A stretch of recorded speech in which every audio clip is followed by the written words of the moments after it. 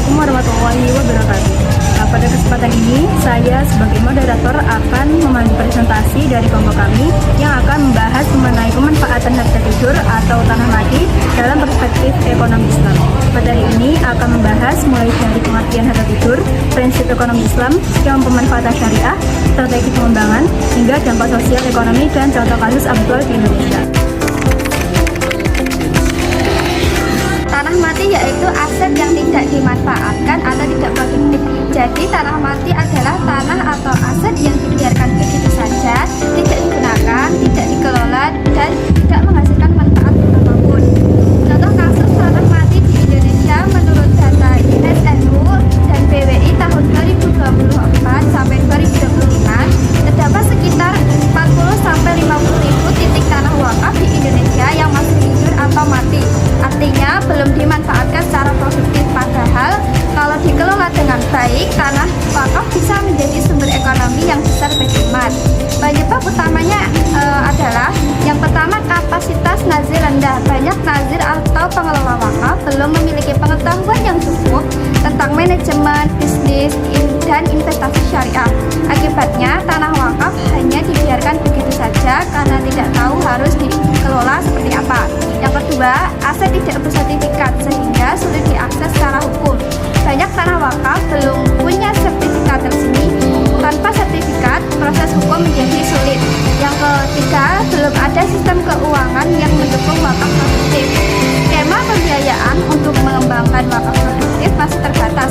Akses ke perbankan syariah, lembaga keuangan, atau investor belum terstruktur dengan baik. Dampaknya, potensi tanah wakaf sebenarnya sangat besar untuk menggerakkan ekonomi umat. Namun karena ada masalah di atas, potensi itu belum tergarap.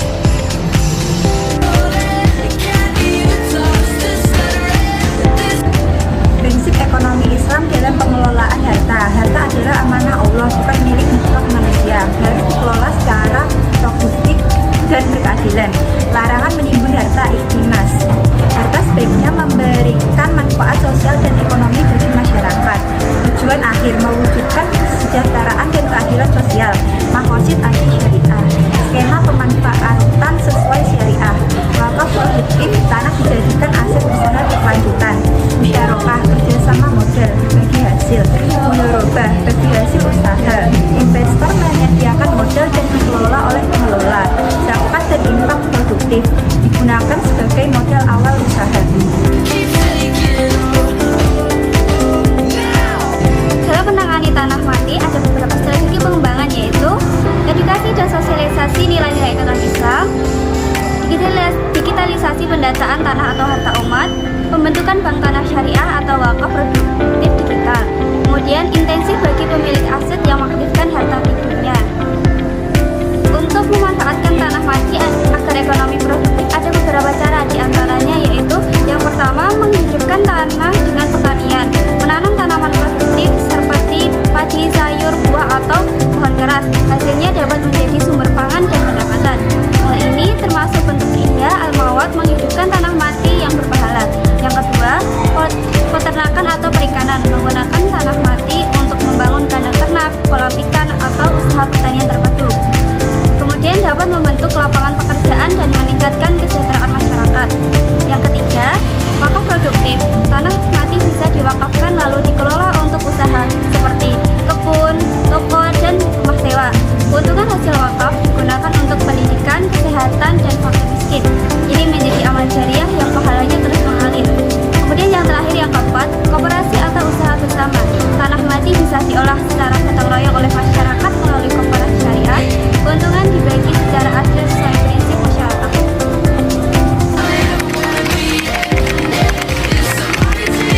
Dampak ekonomi dan sosial pemanfaatan harta tidur atau tanah mati yaitu yang pertama, dampak ekonomi.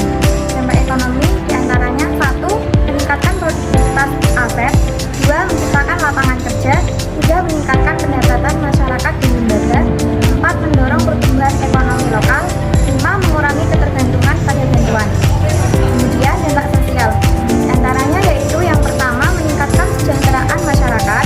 2. Mengurangi pengangguran dan kemiskinan. 3. Menguatkan pemberdayaan masyarakat. 4. Meningkatkan keberhasilan sosial. Dan yang terakhir 5 yaitu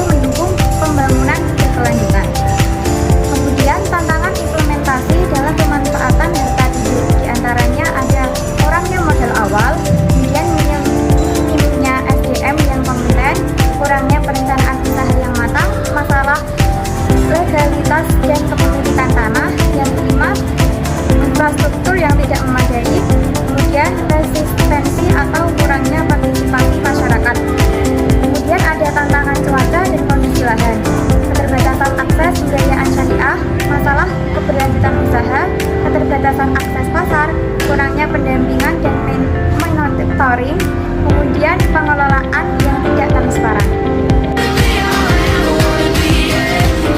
Tadi yang telah dipaparkan dapat kita simpulkan bahwasanya harta tidur atau tanah mati adalah aset yang tidak dimanfaatkan. Padahal dalam Islam aset ini harus dikelola secara produktif dan memberi manfaat bagi masyarakat.